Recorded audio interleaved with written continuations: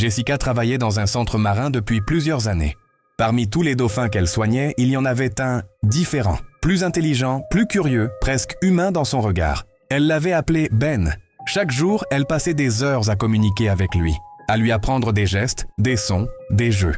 Peu à peu, un lien s'est créé, un lien que personne ne comprenait vraiment.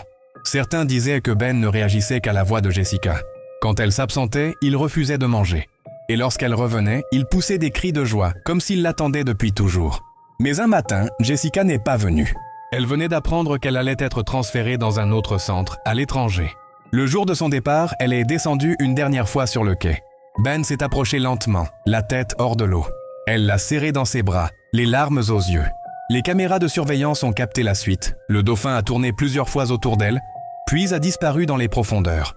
Quelques heures plus tard, on a retrouvé le corps de Jessica dans le bassin. Aucune trace de lutte, aucun cri. Seulement une étrange empreinte sur son bras, comme si quelqu'un ou quelque chose l'avait tiré sous l'eau. Depuis, le bassin de Ben était resté vide. Et chaque nuit, les employés disent entendre un sifflement au loin, comme si un dauphin appelait encore Jessica.